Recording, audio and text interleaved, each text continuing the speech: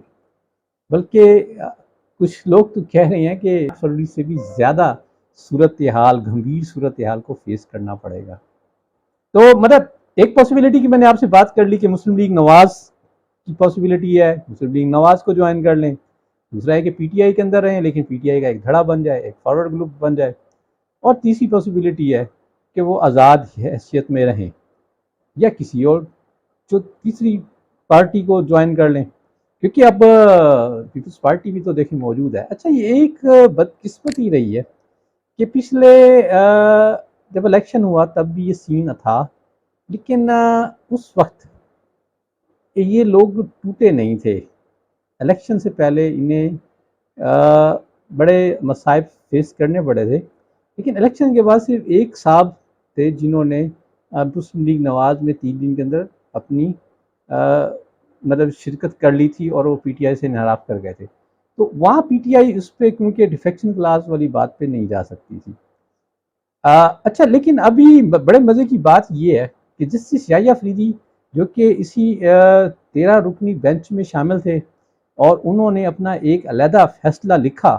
تو اس فیصلے میں وہ اسی نوعیت کی بات پر اپنا تبصرہ کر چکے ہیں، وہ میں آپ کی خدمت میں پیش کرتا ہوں۔ جسٹس یحییٰ افریدی اپنے فیصلے کے پیراگراف 3 کے پارٹ 2 میں لکھتے ہیں کہ پی ٹی آئی کی جانب سے قومی یا صوبائی اسمبلی کے کسی حلقے کے لیے نامزد کردہ امیدوار جو واپس آنے کے بعد کسی دوسری سیاسی جماعت میں شامل ہو گیا ہو یا اس سے اعزاز سمجھا جانا چاہتا ہو، ووٹروں کی جانب سے اس پر کیے گئے اقدامات کو نظر انداز کرنے کے بارے میں سنگین خدشات کا اظہار کرتا ہے، جس سے عوام کی امنگوں کو ٹھیس پہنچتی ہے۔ یعنی وہ یہ کہہ رہے ہیں کہ کوئی ایسا امیدوار جو پی ٹی آئی کی طرف سے تھا اور قومی اسمبلی اور صوبائی اسمبلی کا وہ الیکشن لڑا اور وہ جیت گیا، تو بعد میں وہ کسی دوسری پارٹی میں شامل ہو گیا یا اس نے کہا کہ میں آزاد ہوں، تو اس پہ ووٹروں کی جانب سے جو اس پر اعتماد کیا گیا تھا وہ اس کو نظر انداز کرنے کے مترادف ہے اور اس سے ووٹروں کی امنگوں کو ٹھیس پہنچے گی اور یہ سنگین خدشات کو جنم دیتا ہے۔ جیسے یحییٰ افریدی اگرچہ ان کے ظاہر ان سے کسی اور نے اتفاق نہیں تھے، وہ اکیلے اسی فیصلے کے ساتھ ہیں، انہوں نے اس اندیشے کا اظہار کیا تھا۔ تو اب دیکھتے ہیں جی کہ یہ جو فیصلہ ہے اس کے اوپر جو بڑا کوشچن ہے، مارک ہے کہ کیا تو جی سنی اتحاد کونسل تھا اور پی ٹی آئی کو جناب اعلیٰ وہاں سیٹیں دے دی گئیں، تو صرف یہ غلطی جو ہے نا 8 رکنی بینچ کے 8 معزز ممبران نہیں کر رہے، یہ غلطی جسٹس جمال خان مندوخیل اور جسٹس قاضی فائز عیسیٰ اور جسٹس یحییٰ افریدی بھی کر رہے ہیں۔ تو اب ظاہر ہے جی بینچ میں سے 13 میں سے 11 لوگ یہ کہہ رہے ہیں، تو اب ہم بیٹھ کے اس پہ کیا کوشچن کریں گے جناب، یہ آؤٹ آف دا وے جا کے کہ جو چیز پی ٹی آئی نے نہیں مانگی تھی اور یہ پی ٹی آئی کو دی جا رہی ہے۔ تو بہرحال جیسے یحییٰ افریدی اس اندیشے کا اظہار کر چکے ہیں، پریکٹیکل شکل میں سامنے آ رہا ہے، تو کیا سوال یہ ہے جو قانونی جنگ تھی کیا ختم ہو گئی ہے؟ نہیں، قانونی جنگ ختم نہیں ہوئی، یہ معاملات بدستور عدالتوں میں رہیں گے، کیونکہ مسئلہ یہ ہے، دیکھیں جی عدالت نے تو ایک مسئلہ حل کر دیا، اب فریقین کے اوپر ہے کہ اس فیصلے سے ایگری کرتے ہیں، چاہے جیتنے والا یا ہارنے والا۔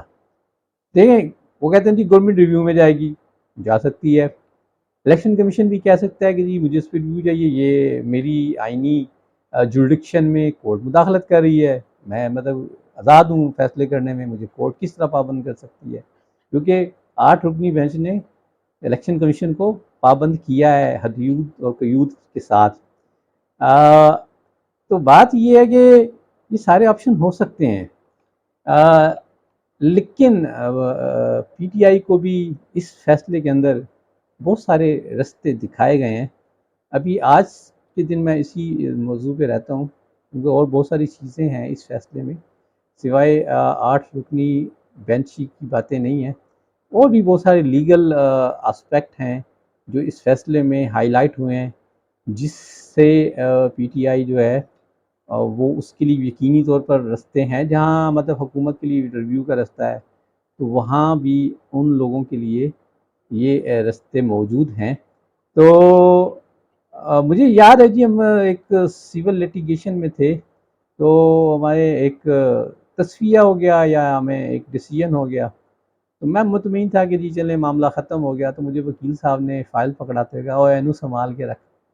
آندی پھر ضرورت پی سکتی ہے۔ میں کہا جی پھر پی سکتی ہے؟ کہنا ہاں جی پی سکتی ہے، 100 سال تک بھی ان کی ضرورت پی سکتی ہے۔ تو بات یہ ہے کہ عدالتوں میں جو کام ہوتے ہیں وہ پھر ایسے ہوتے ہیں، کیونکہ یہ تو دیکھیں عدالت نے معاملہ بھیج دیا تھا۔ میں نے پچھلے ویلاگ میں بھی یہی کہا تھا کہ بات حکومت سیاستدانوں کی کورٹ میں آئی ہے، اب سیاستدانوں کے اوپر ہے کہ وہ اس کو اپنی بال کو اپنی کورٹ میں رکھتے ہیں یا کسی اور کورٹ میں بھیجتے ہیں یا کسی اور کے ریکٹ سے اسے کھیلنے کی کوشش کرتے ہیں۔ ٹھیک ہے جی، یہ تھا آج کا ویلاگ۔ السلام علیکم۔